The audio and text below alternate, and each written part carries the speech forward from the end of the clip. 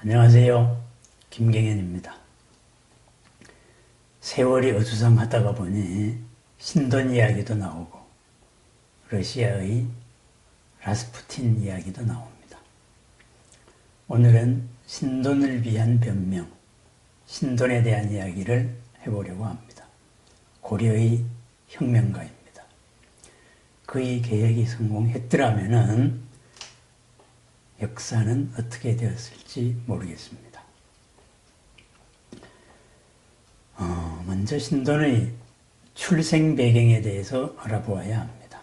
신돈은 요즘으로 말하면 경남 창녕 지방에 있는 옥천사라는 절의 여종, 여자 노비의 아들로 태어났습니다.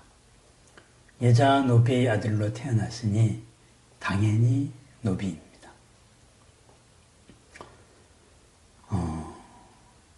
절의 노비의 아들로 태어났으니 아마 절 주변에서 생활했을 겁니다. 승려의 모습을 하고 있었을지도 모릅니다. 신돈이라는 이름은 나중 이름이고 그때까지의 이름은 편조였습니다.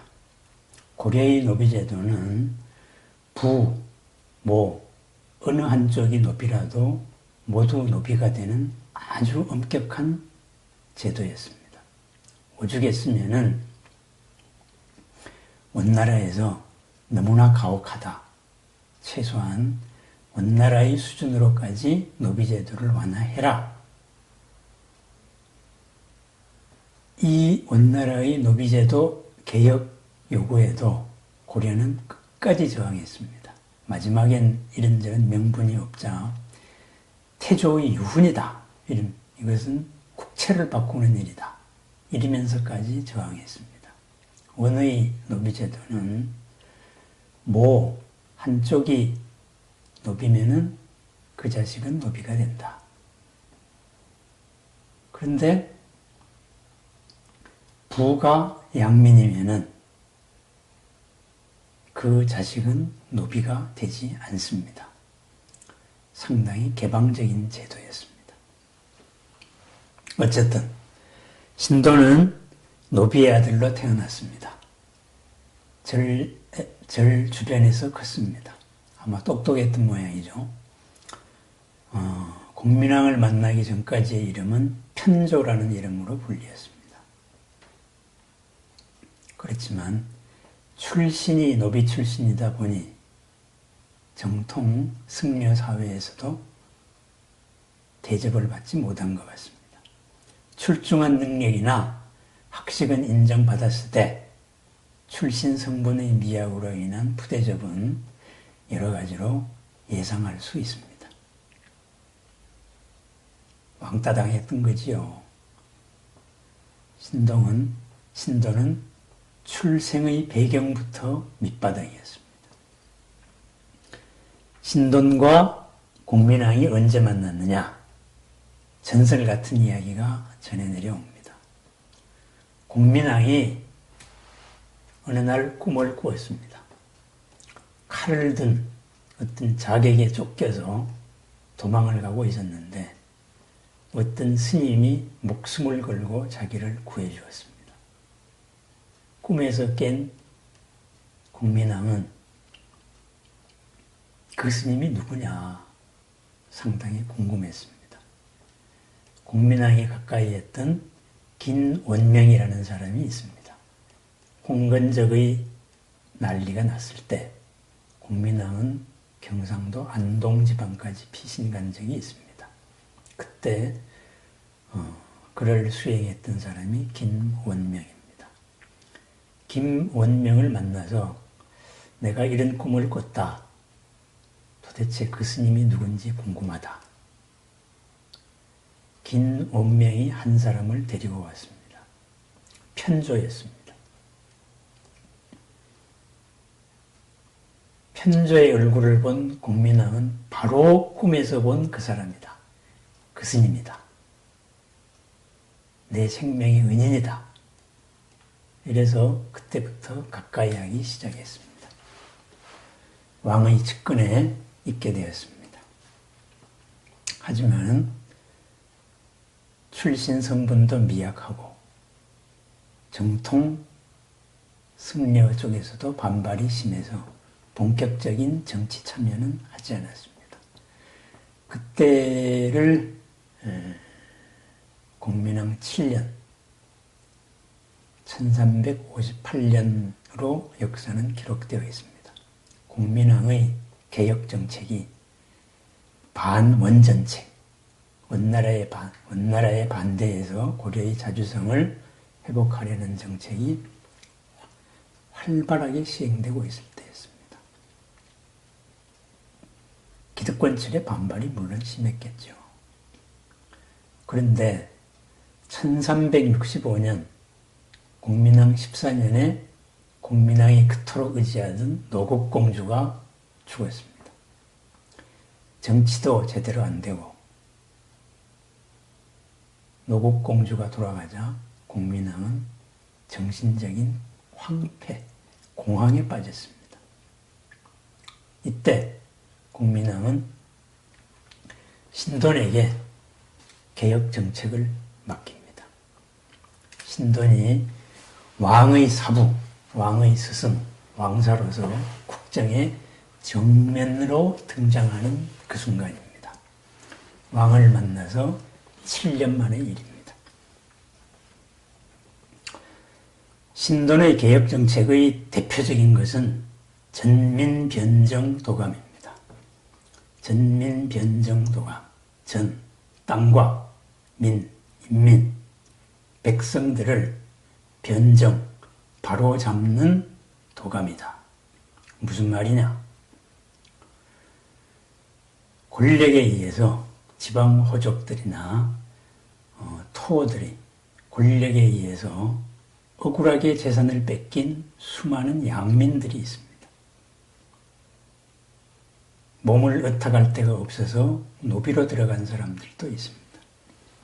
그러한 억울하게 노비가 되고 억울하게 땅을 빼앗긴 모든 사람들을 바로잡겠다. 이 정책이 그전에도 시도된 적은 있었지만 신돈의 이 정책은 아주 강력했습니다. 개경을 중심으로 한 수도권은 15일 내에 바로잡아라. 지방은 40일의 기한을 주겠다. 기득권에 대한 대대적인 도전입니다. 어떤 결과가 나왔겠습니까? 땅을 가지고, 노비를 가지고 지방의 권력을 가지고 있었던 수많은 사람들, 기득권층이죠. 격렬한 반발에 휩싸였습니다. 왕을 욕할 수 없으니 신돈으로 욕이 집중되었습니다. 신돈 트리가 시작이 됐겠죠. 요즘 말로 하면. 백성들은 어떠했겠습니까? 아무도 해주지 않았던 이 개혁정책, 양민의 신분을 회복하고 빼앗겼던 땅을 되찾게 되는 일이 벌어졌습니다. 백성들은 그를 성인으로까지 불렀습니다. 신돈은 개혁정책을 유지하면서 개혁정책을 시작하기 전에 공민왕의 절대적인 신임을 요구했습니다. 다른 어떠한 사람이 참소를 올리더라도 그것을 믿지 않아야 이 세상을 바로잡을 수 있습니다. 왕조를 튼튼히 할 수 있습니다. 공민왕은 약속했습니다. 스승이 나를 구하고 내가 스승을 구하여서 어떠한 일이 있어도 남의 말을 듣지 않겠습니다. 만약에 이를 어길 때에는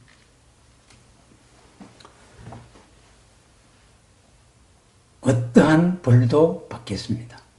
이 맹세는 불천이 증명하리라. 이런 약조를 했습니다. 불천이다. 고려가 불교교가에다가 보니 부처님과 하늘이 이 우리 둘의 약속을 증명한다. 이렇게 약속을 했습니다. 이러한 왕의 신임을 배기로 전민변정도감 정책은 강력하게 수행이 되었습니다. 혁명이죠. 요즘으로 따지면은 뭐겠습니까? 신돈의 인기는 하늘같이 올라갔습니다.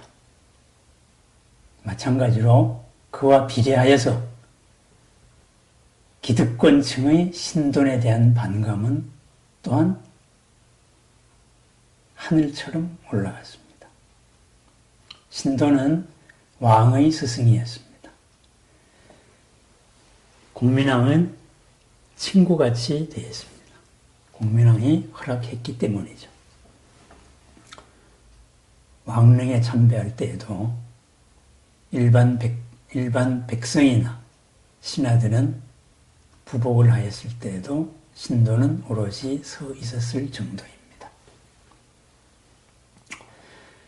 개혁 정책이 본격화되어 가고 있고 점점 더 호족들, 귀족들의 반발은 심해지고 마침내 신도는 생각했습니다. 더 강력한 왕조를 꾸려야 되겠다. 어찌해야 되겠습니까? 모든 권력의 토대는 물질에서 나옵니다. 호족들의 뿌리를 더 낮추자. 개경으로서의 천도를 계획했습니다. 반발이 심했죠. 조선을 건국한 이 태조가 한양으로 천도했던 말입니다. 호족들의 반발, 기득권층의 반발이 심해졌습니다. 공민왕 또한 마음이 바뀌기 시작했습니다. 너무나 인기가 치솟는 성인으로 추앙받는 신돈이 점점 커 보이기 시작했습니다. 마침내 공민왕은 신돈을 버립니다.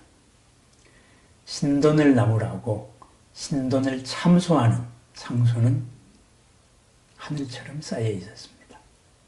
내치기는 순간이었습니다. 신돈은 수원으로 유배되었습니다. 공민왕 20년입니다. 신돈은 마지막까지 공민왕의 상소를 올립니다.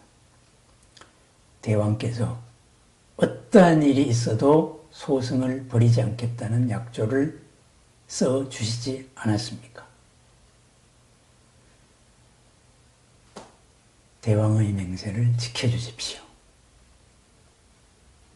왕조를 강력한 제국을 살려야 합니다. 공민왕은 외면했습니다. 신돈의 역모, 신돈은 모진 고문 속에서도 죽음의 순간까지 인정하지 않았습니다. 그렇게 신돈은 죽었습니다. 신돈이 죽고 20년 뒤 1392년인가요? 고려는 이성계에 의한 역성혁명을 당합니다. 고려 말기의 개혁가에 큰 세력의 줄기에 둘이 있습니다. 신돈을 대표로 한 불교 세력과 정몽주를 대표로 한 신진유학의 세력이었습니다. 먼저 고려의 토지제도를 한번 살펴봐야 됩니다. 모든 권력은 물적 토대 위에서 나오니까요.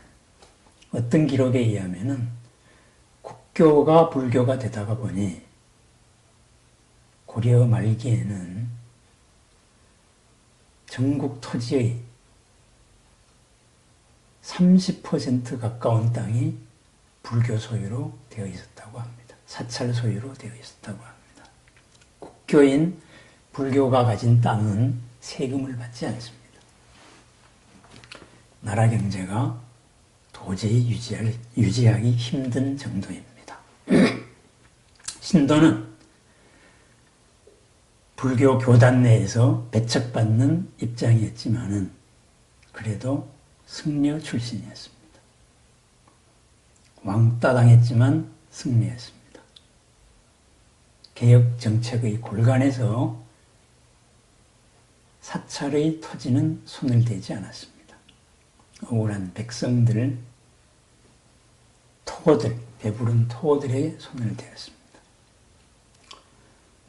신돈이 기득권층의 바램대로 드디어 참사를 당했습니다. 그 다음 개혁 세력은 정몽주를 비롯한 여러 유학 세력입니다. 왕조에 대한 충제를 바치자는 정몽주도 있었지만은 유학을 바탕으로 한 개혁 세력은 제일 먼저 눈에 띄는 것이 불교 교단이 가진 토지였습니다. 역성혁명이 이루어지고 왕조가 바뀔 때 제일 먼저 한 것이 불교의 땅을 빼앗아 나누어 가진 것입니다. 경제력을 재분배하는 데 첫 번째 순위가 종교재산이었습니다. 왜 불교가 땅에 그렇게 많았느냐? 요즘에도 그러지 않습니까? 종교의 이름을 빌려서 권력자들이 땅을 세탁했던 거지요. 신돈의 개혁은 처음부터 한계가 있었습니다. 그렇지만은 그 방향은 옳았습니다. 신돈은 노비 출신이었습니다. 신돈을 지지해줄 사람들은 일반 백성들, 억울한 밑바닥, 기층민 외에는 없었습니다. 역사는 이긴 사람이 씁니다. 글을 쓰는 사람들 모두 신돈을 미워했던 사람입니다. 새 왕조를 세운 사람들 신돈을 부정해야 합니다. 자신들의 정당성을 입증해야 됩니다. 그렇게 해서 수많은 참소의 기록대로 신돈은 난잡한 행동을 한 희대의 요승으로 기록되었습니다. 잘 모르는 이들은 신돈 때문에 고려가 망했다 이렇게 말합니다. 아닙니다. 신돈의 개혁은 옳았습니다. 신돈은 나라를 부강하게 하려고 백성과 모든 물적인 토대, 땅을 바로잡았습니다. 세월이 어지럽다 보니 신돈에 비유한 누구 얘기가 나옵니다. 신돈은 그런 사람이 아닙니다.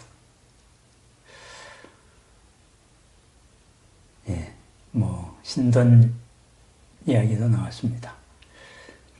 어쨌든 고려 말의 혁명과 노비의 아들로 태어나서 억울하고 잘못된 것을 바로잡으려 했던 혁명가 신돈에 대한 이야기를 조금 나누어 봤습니다.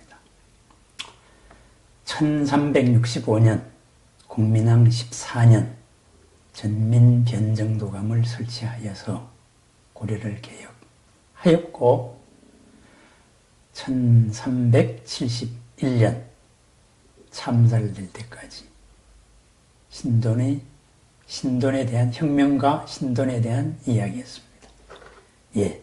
지루한 얘기 들어주셔서 감사합니다. 오늘도 복되고 즐거운 보람 가득한 하루가 되시기를 축원드립니다. 감사합니다.